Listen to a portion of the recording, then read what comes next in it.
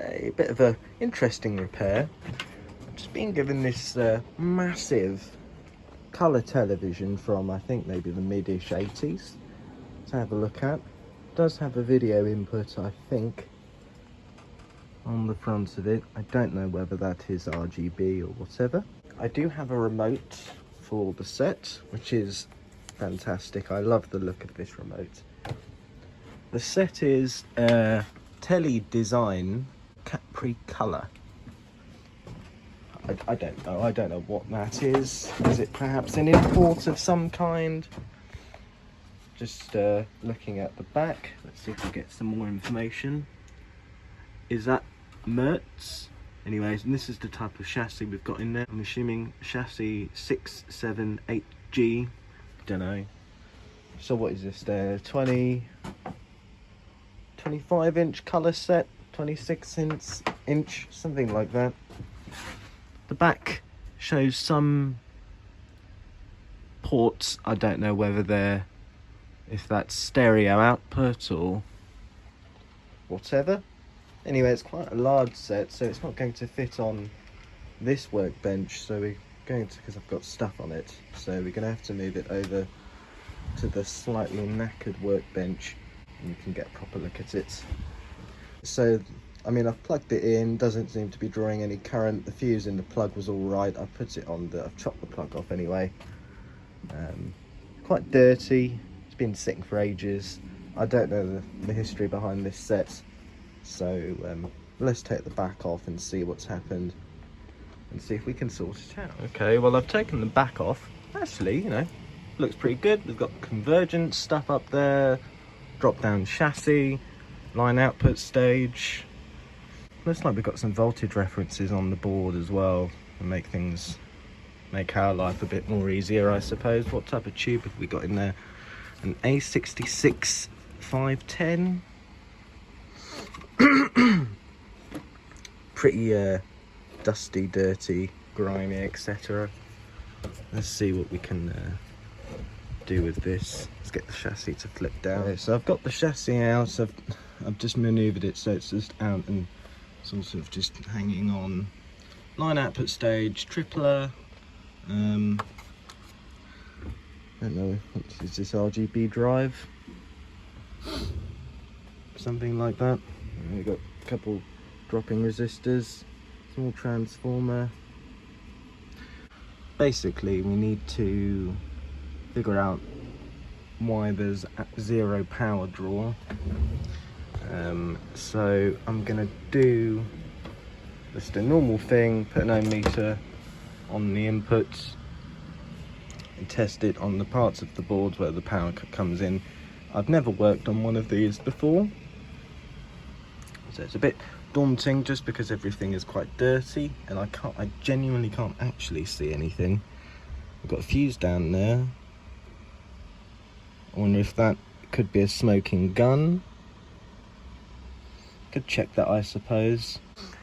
Kind of reminiscent to those spectras, those colour spectras, if you know what I mean.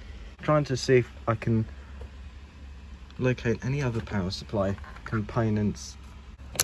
This, right at the end, this thing is our power switch. And it looks like the power coming out goes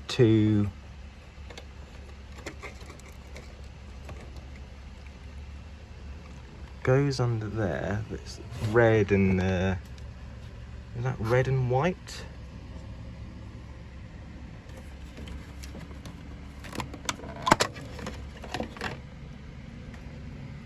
Okay. That looks like some blown fuses, doesn't it? Looks like proper blown fuses. Now, are we thinking short circuit potentially? Are we thinking, well, I mean, these are actually, in my opinion, or from my experience at least, fairly reliable main suppression capacitors. It could very well be, I don't know, inrush or something. I'm going to see what those fuses are, replace them. Got our smoothing choke as well, AC filter choke. I think we've also got the degauss in here. but we have got at least 2 fuses that look like they've blown open. I wonder why. I wonder why the fuse would have blown, unless there's a short circuit on this. I suppose I could check, but I would have expected that fuse to blow. I suppose I could ohm it out, but... Okay, so those 2 fuses are open circuit. I don't know why they've gone open, but here's my proposed plan. I'm going to bypass both of those fuses with some crocodile clips, and then I'm going to power on the set, but with a 150 or 200 watt light bulb in series with one side of the AC. Should be alright, and there should be enough oomph to get the set to start. Hopefully. I did check, we don't have any shorts on the DC side of the power supply. There doesn't seem to be any shorts between the 2 fuses, so you know, I'm at a bit of a loss. I don't know why this won't work. I don't know why those fuses blew. I'm just going to get set up so we could do that, and well, see what happens really. Okay, so this is the current setup. We've got my lamp limiter here. I'm measuring the input voltage, which is about 235 volts. Got I suppose an amp meter. It's not terribly accurate. That is measuring the voltage on the output of the lamp limiter, so we could see if something, you know, is totally shorted. We can catch it with the bulb, and we can also catch it on the voltmeter too. Now, I think I've decided that I'm going to use a 60 watt lamp first. This here is a 500 watt. That might be a bit too much to start off with, so I'm going to get a smaller wattage bulb, and I suppose we can begin. Okay, so I think I've got a good knackered old Crompton 60 watt bulb. Let's see what happens, huh?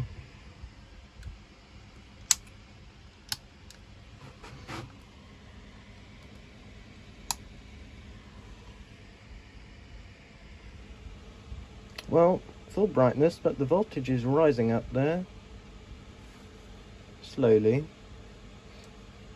Now, half of that assumption could be made because of the virus stuff for the gas coil that's heating up, but the voltage is slowly coming up, isn't it? Now, do I leave it with this bulb and like just let it run for a little bit, or I'm not too sure what the right way about it is to go, to be honest. Don't have anything going on in the front. Obviously there won't be any high voltage wall there. Oh, we have got a channel indicator. Can you see that? Wicked. This is channel something 13 or whatever. Wow. I think I might leave it like this for a little bit. Let it reform. And I'll report back as soon as possible. This ammeter is rubbish.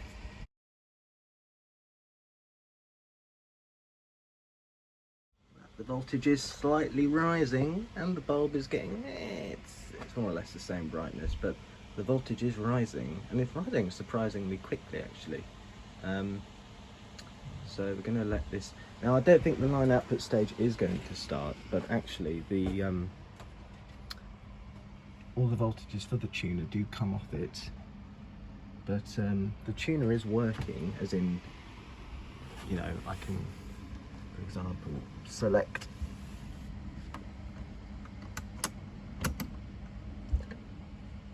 it wants a channel or so on.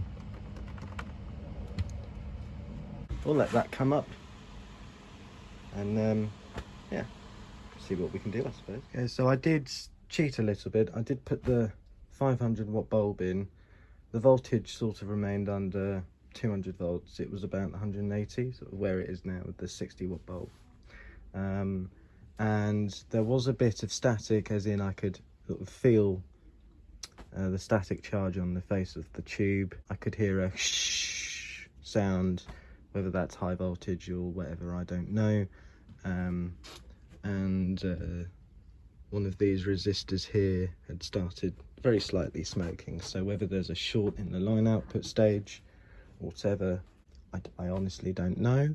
I think what I'm going to do is let the thing run as it is, let the voltage come up a bit, because it's obviously reforming. It could just be a shorted cap. That just, or perhaps it's just the capacitor that's been synced for so long needs its dielectric plate. I don't know, had attention to it or something. The thing is filthy. The tripler could be shorted. I don't know. I thought maybe if there was a, I just find it so hard to believe that something went catastrophically wrong with this set, completely blew the fuses. I mean, maybe even the line out transistors shorted, but I don't know. I suppose we'll have to see, huh? Anyway, voltage is slowly rising. I'll report back in a bit. Change of tactic. So I'm using two 100 watt bulbs. One of them is, I think, 150 watts, something like that. And I've just turned the set on, and I've set it so you have to actually press the power button half in again for the EHT, for the line stage to start up. And so I can hear the frame oscillator. I know the line stage has started because I can kind of you can hear it start up. Anyway, so it's running. It's probably not very strong or whatever.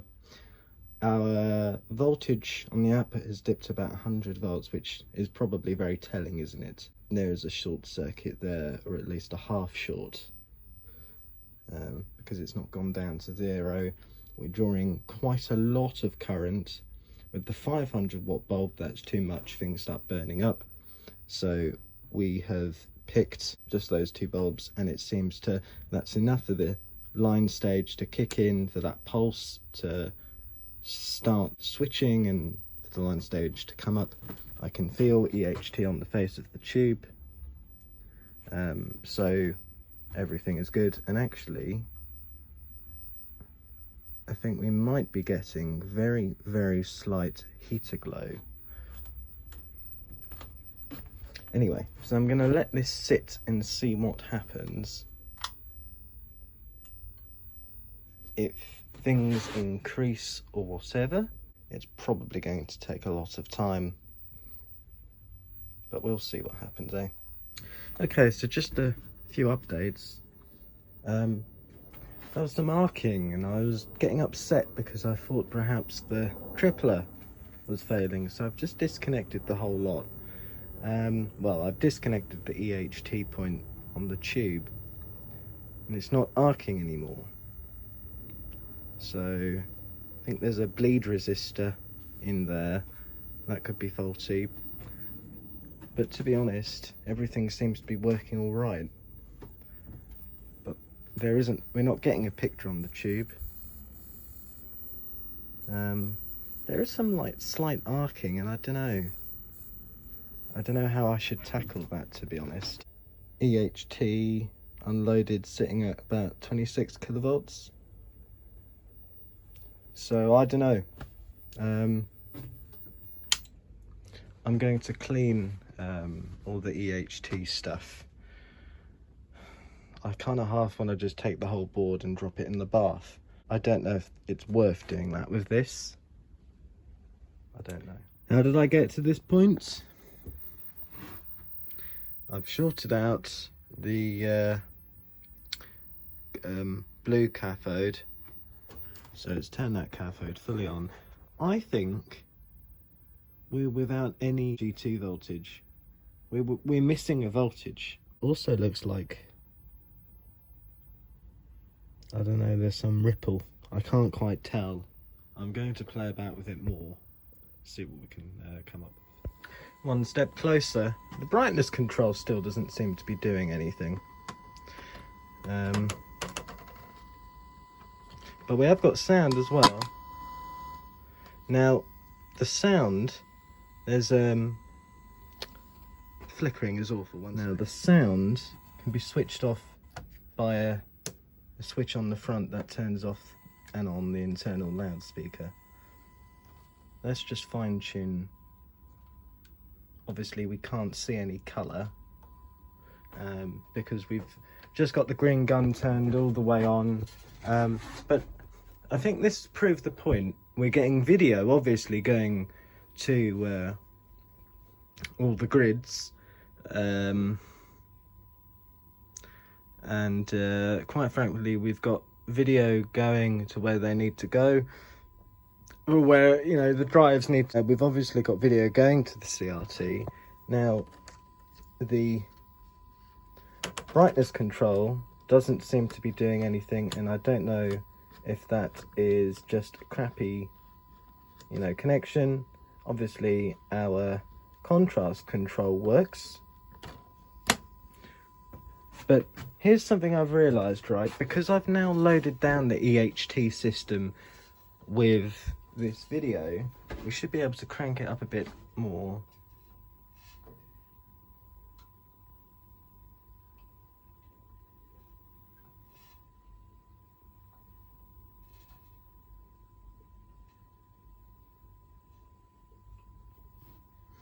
There we are.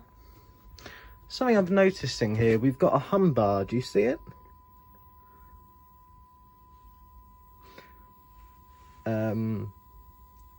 Pin amp doesn't look very good, if I'm honest. I think I'd like to leave the set running like this.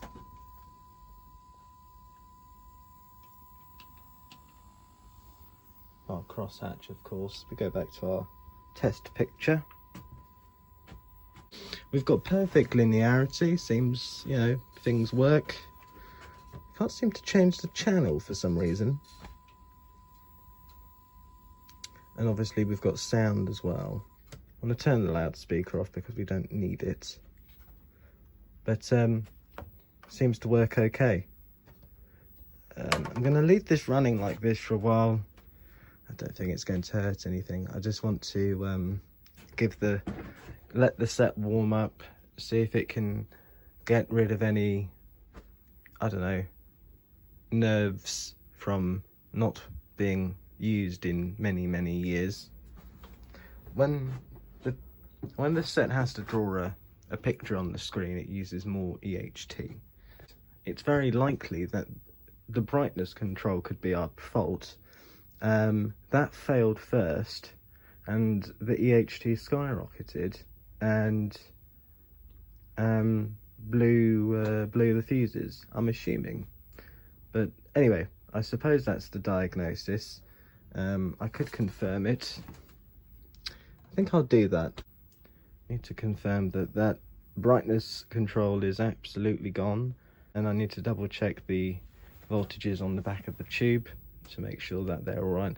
Interesting, as it's not a matter of me not having any RGB drive, because I obviously do have drive, but we're missing a voltage, aren't we? So let's get that sorted out.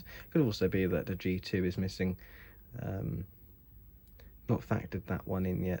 Perhaps that's also our where we're going wrong. I wonder why the pin amp is so bad.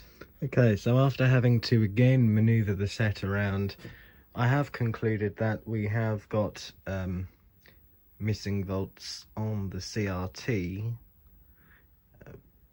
but there has to be a correlation to that, and also the fact that we have the brightness control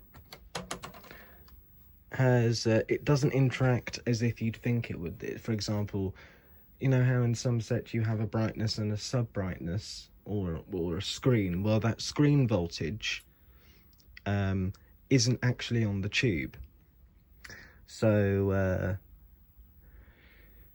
it's one of those things. And I just wanted to mention this just as a preface. I suppose it's a bit too late now, because it's one of those things which are obvious. It should have really been obvious to me, but sometimes the most obvious things aren't what you always look for in the first instance. I was so fixated on figuring out what the issue was with this arcing, which I think might come back to bite me anyway. I think hopefully the arcing and all that type of those silly issues will go away when we clean the chassis and get rid of all that cigarette crap. But honestly, it's one of these things where, you know, it makes you think that with all the time and effort you put into something and you go through each logical step, it is very easy to sometimes miss the most obvious things. So it does happen to everyone. It happens to me. I'm by no means a god when it comes to repairing vintage electronics, although, you know, there are people out there who for some reason seem to think that I am a god. I promise I'm not. I don't know everything, and sometimes people make mistakes, and I make mistakes, and you know, you shouldn't be knocked down because of it. Sometimes we miss stuff, but we find it again. You know, we do get there, and there are various different ways of fault finding, and well, this has always been my method. So, but I'm trying to learn new things, new methods to try and streamline certain stuff, certain fault finding processes and things, but it's difficult to do. Anyway, I suppose I'll cut it short. Be a two-parter, I suppose. First part, you know, diagnosing whatever. Second part, cleaning the setup, getting it operational. Yeah. Anyway, I'm excited to see what we can do with this set. I love colour sets, and I'm quite excited to see if we can get video input working, especially if this is RGB capable.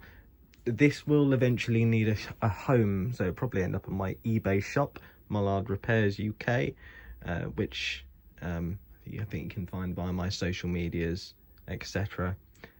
Anyway, feel free to comment, share, like and subscribe. Catch you in the next one.